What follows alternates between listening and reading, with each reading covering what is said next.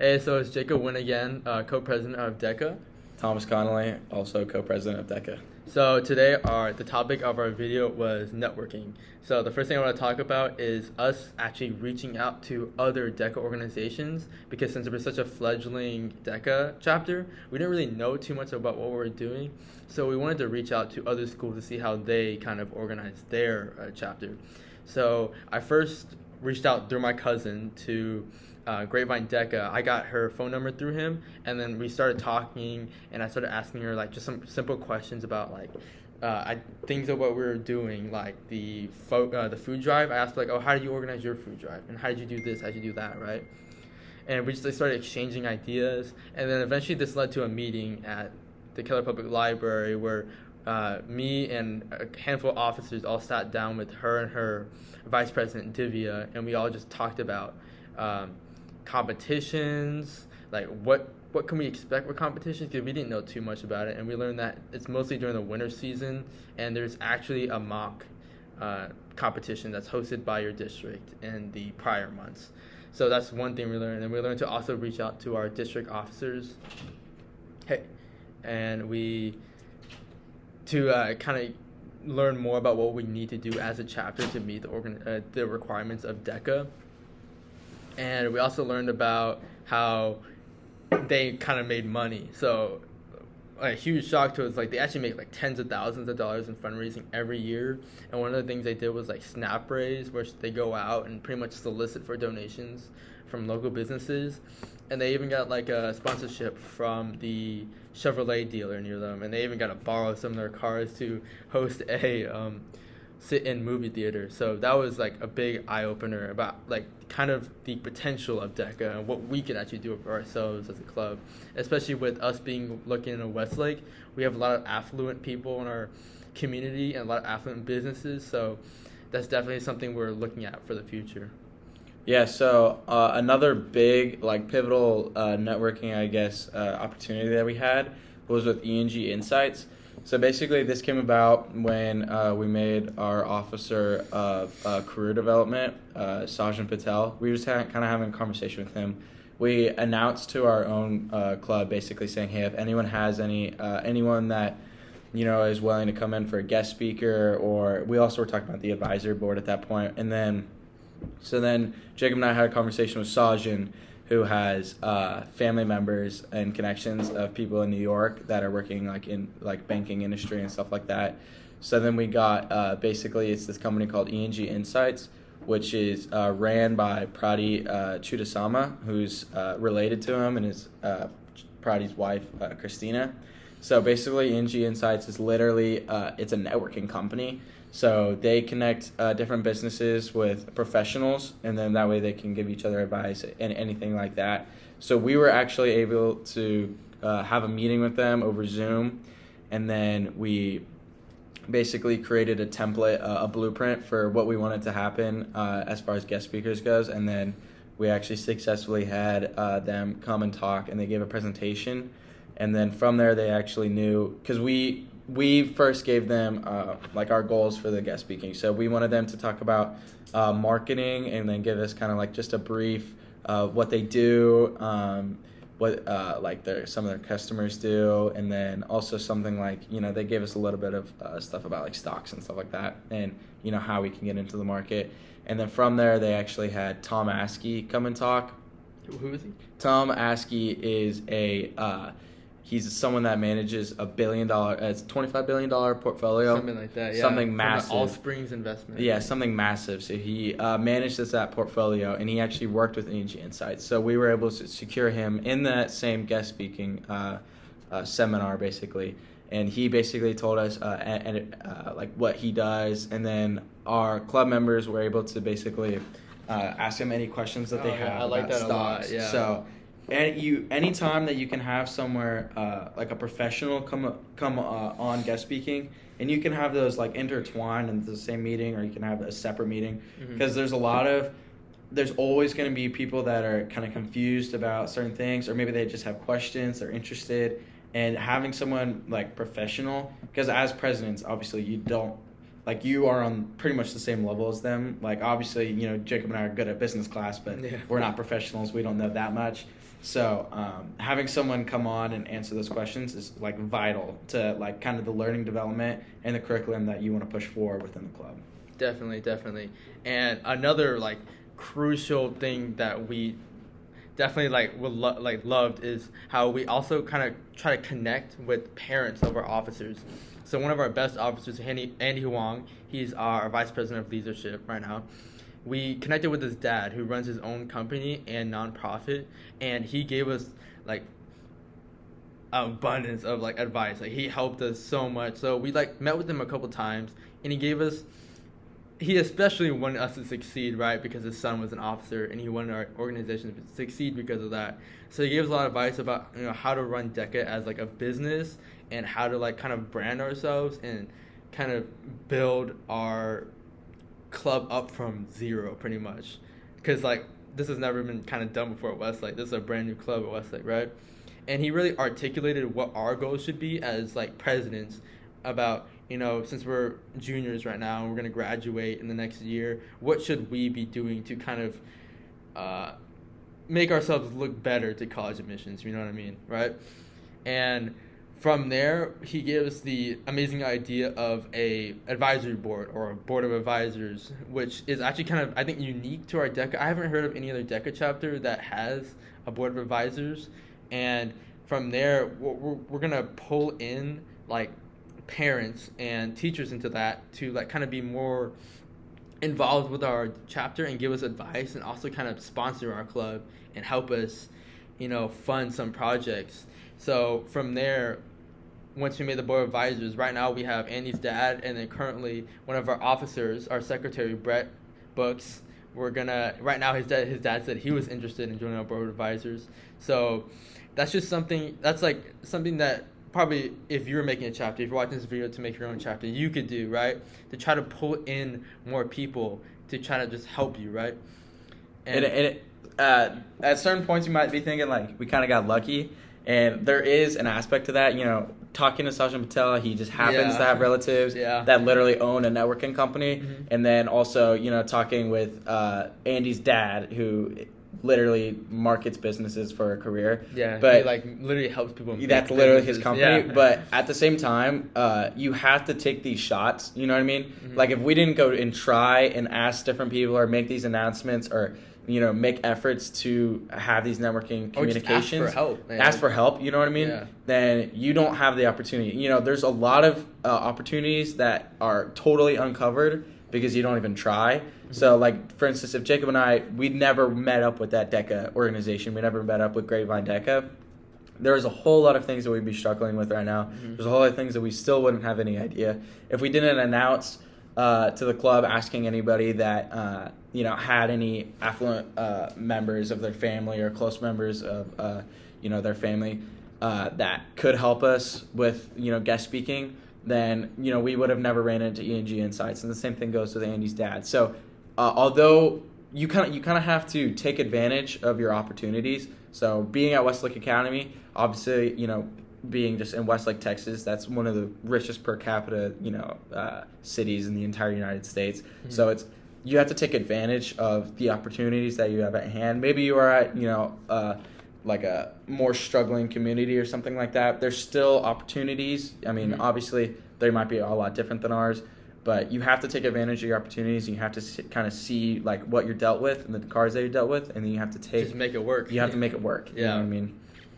Yeah, and then just like a couple of mistakes that we made. So kind of one thing we're struggling with right now is, since we're right now at like the time of making this video, we're kind of drawing to a close of our second semester junior year. A lot of the things we're doing right now are super time sensitive. Like we need these things done out of the way so we can get our planning done, all the logistics ready for certain things we want to do right now. And a part of that comes with just everyone kind of doing what they need to do, like our officers, like what we kind of expect them to do. And what Thomas and I really should have done a little bit better is kind of lay down, like, I don't want to say like lay down the hammer, but lay down exactly the expectation, like what they're expected to do, and kind of be like a little bit hard on them. Because ultimately, if you're going to run your DECA chapter as like a business, as like a legitimate business, where you're all working to achieve something, everyone needs to carry their weight, right? And they all need to do the tasks that they're kind of allocated on time when they're expected, right? Just like, for example, one of my officers, I had asked her to try to set up a meeting with one of our teachers because right now we're trying to kind of capitalize on a market at our school that's just got left open because one of the clubs kind of fell apart. And we're trying to do that for fundraising, right? And I asked her to kind of set up a meeting, email the person to set up a meeting, the previous teacher who organized that fundraiser, to try to see how they did it so we can know what to do, right? And kind of like a week went by, I kept asking her, like, oh, when has she replied to you yet? Do you know when we can meet with her? And every time she told me, like, no, she hadn't replied to her yet. So ultimately, I kind of just got up and just did it myself. So I went straight to that teacher, asked, oh, is this a bad time? Like, do you have a second to talk? And then she said, yeah, it's a good time. And I just asked her, like, real quick, like, I heard that Rotary Club at our school, which is the one that used to run this fundraiser, I heard that they're no longer doing it. I was wondering if my organization, DECA, could pick this up, right? And she said, like, yeah, we'd love to do that. I'd love to let y'all do that. And if you're free to meet, we can meet some next week on Monday so I can give you all the spreadsheets and everything that we did to try to help you. And boom, just like that, I got my answer immediately just by going to it, right? So you want to work on a huge skill that needs to be developed as a president of, and this goes as far as any career, any leadership role that you have in your career. You need to walk the tightrope between don't want to be too harsh, but you also need to make it clear what you need to be done and when you need it to be done. Mm-hmm. So giving out your expectations to your officers. Obviously, you don't want to be like, you need to get this done, or else. You know what I mean? You don't want to be like that, but. Mm-hmm. You need to, explain to them how, important that is and how the the timetable that they have for that. You need to kind of, give updates. You kind of need to be texting them, calling them, saying like, hey, how's that going? Any updates with that? And then we also have, since we have a meeting, on Wednesdays, the day before our meetings, just with the officers. And then we kind of ask our officers, make sure you come to the meeting prepared to explain, because each officer has their certain responsibilities. Mm-hmm. Whether you're finance, you're working on making sure our dues are ready, anything like marketing, make sure Instagram account is looking great, anything like that. We ask them to come to the meeting with updates with that, and then they also need to be aware of the things that we have asked them in the previous, and it's okay. We explain to them it's okay, if you forget or something like that, you just you need to keep in communication with us, because the worst thing that happens is when you ask them to do something and it's fine, they forget, it happens, but then they don't communicate once they realize, hey, I realized I didn't do this, and then they still don't do it. That's kind of when you run into trouble. Especially when things are time sensitive. Yeah, deadlines pass, and then you miss out on opportunities. Right, and one thing to kind of solve that is you should create a task list. What we're using right now is Google Calendar, so you can make tasks on specific days when you want things done by, and they can be marked as complete. So that can be a tool that can be used to, literally anyone can look at it and see, oh, I need to complete this by this date. So that's one thing that that every chapter should definitely work on as an organization. So that's kind of something we kind of struggled with a little bit at the start, especially with two presidents, right? We have a lot more coordination that we need to coordinate, right? And us emailing teachers and emailing faculty about things that need to get done, right? Sometimes we kind of forget to CC each other, and then I'm missing out on what Thomas is doing, and he's missing out on what I'm doing. So definitely you want to just CC everyone that you think is related to this to keep everyone on the same page. And then on top of that, create your own DECA email. I don't know if you can make it a school email or just a normal Gmail for your DECA chapter, but make a DECA email so you can CC that email on everything. So that way you have all your information archived and centralized on one account that all your officers can use. It's all about streamlining your communication and streamlining any operation that you have. Yeah. So for instance, we use Google Drive. So we have different folders, and then we also appointed a secretary who's very good at his job. Yeah, Brett's amazing. But so just picking your officers and making sure they're doing the right thing. So, for instance, the secretary, they need to be taking good notes, and having a good secretary means that, they're organizing all of your operations and making sure that everyone is on the same page with relevance to that topic. So that kind of brings us to our next point of, picking your officers. You should really take your time with that. I think we did a pretty good job. Yeah, I think we did pretty good. We did a good job. We took our time with it. We had an application process. So everyone submitted a resume, like a professional resume, because, again, we're trying to run DECA like a company. So if they wanted it, they first had an interest form. So we sent out a Google form basically to all our members saying, hey, if you're interested in this, just to kind of gauge interest. And then from there, we had another Google form where they actually submitted their resume with the position that they want. And so you really want to take your time with this. You really want to know. And for us, it's kind of easier because we only have like 80 kids in our grade. So we actually know a lot of basically anybody that's applying for a job. We know them on a more personal basis than, if you're in a public school with 400 kids, you might not know them. But, if you are in that scenario, I kind of recommend an interview process, or, it doesn't have to be anything incredibly formal, but calling them up or, seeing them in class and just being like, hey, what are your qualities about something like that. But for us, that wasn't really necessary because most of these kids that we kind of knew them personally or, knew their personality. And, you can kind of take, it might sound a little weird, but you can kind of take, their how they carry themselves in the classroom, how they submit their coursework.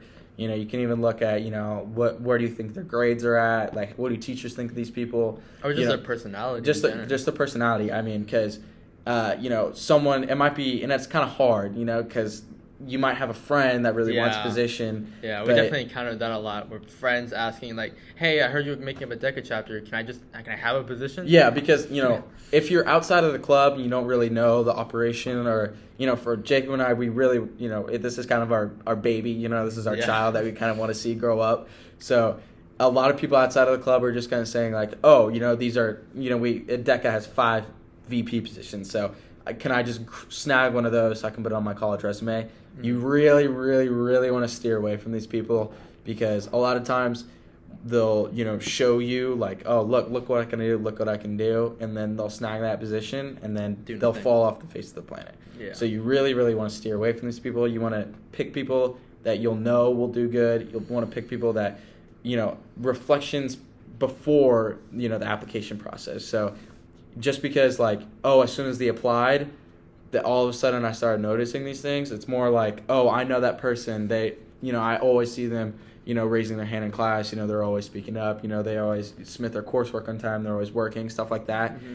You kind of want to steer in that direction. Yeah, and especially since if you're like a small school like us and you know these people, if you appoint like a friend or someone kind of well, it just makes it that much harder to fire them, right? Because they're gonna hold that against you. Like if you fire them, appointing it's like incredibly difficult, pretty much. It's a slippery slope. It's a very slippery slope to fire an officer. So you really want to be diligent with that process and making sure that you pick the right officer. And then just on to our next topic with especially good advice is just goal setting. So you always want to make very kind of broad goals of what you kind of want to do for your chapter for the year. But then you also want to create very specific goals to how you want to achieve those. So like for us, for Thomas and I, for the rest of this year, for the rest of the semester, we definitely are focusing on DECA's branding and our leadership. Because those two broad goals are what we think are the most important for setting us up for A, success, and B, our next school year. So with branding, putting our name out there, making DECA seem legitimate, important, an actual organization at Westlake, that helps us, obviously, as officers, as presidents of the club, makes us look better, right? Especially for this is something we're putting on our college admissions, right? And then our leadership. Because eventually we're going to graduate, right? So we're trying to when we're going to pass on the torch to the next set of officers, we want them to be very capable and also very driven to want this club to be something. Right. And then so with those broad goals, you want to set those broad goals. We obviously in the beginning we have our broad goals. And then so from there you want to kind of set specific goals. And these goals, they change, you know what I mean? So for our specific goals right now, to contribute to our branding goal, we're doing fundraising that will kind of be open to the entire school, and it'll have our name basically everywhere. Oh, the open seminar? Yeah. Yeah. That we have our open seminar, and then also the fundraiser with what's it called? The care packages. The care packages. The care packages for, for testing. Yeah. That'll have our name on it. And then also for future endeavors, you know, we're already thinking ahead for specific goals of future endeavors. We're sandwiched right between Fidelity and Charles Schwab, which are two massive financial institutions. Mm-hmm. So from there, you know, we could start working on specific goals to build a relationship with them, and, you know, some fundraising opportunities, something like that. So you want to come in. Honestly, for us, we probably change our specific goals every 2 weeks. So every 2 weeks, we'll have new goals, new things that we need to complete Mm-hmm. before, you know, our next kind of cycle. Because we kind of have a cycle where we go through, you know, we go through marketing right now, and then we just had stocks, Mm-hmm. and then next we'll probably do financial literacy or something like that. So we kind of have a cycle, and within those you have specific goals that all need to be pointing in the direction of our broad goals, which is branding and leadership. Yeah, you want everything you do to work for you, right? You want everything you do to try to advance you in some way. And obviously that comes with preparation. You need to if you run a chapter, you need to do everything in advance. Like, if you need a guest speaker, think months in advance. If you need an organization, think months in advance. If you think big, like, fundraisers, big competitions, months in advance, right? Because this, for our next guest speaker, we actually almost planned this I think, a little bit over 3 weeks in advance. I started laying out the groundwork for it. And then after complication after complication, this actually ended up with us not sending out the invitation to the open seminar for anyone who wants to come until pretty much almost the day before the open seminar, because just various complications. Preparations, that is the bread and butter. That is the pillar. That is the foundation of your club. Yeah. Everything should be centered around preparation. You need to think in advance, and you need to think, like, you have to build it, like, fortified, so that no matter what happens with that event, anything that could go wrong, you have solutions, and you need to be prepared to, you know, solve those problems. And because no matter how much preparation you think you need more. Yeah. Because for every event, so many things go wrong.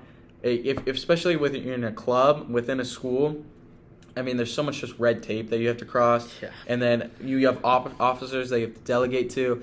I mean, a lot of things slip through the cracks. So you need to start the process for your events like 3 weeks to like 2 months in advance.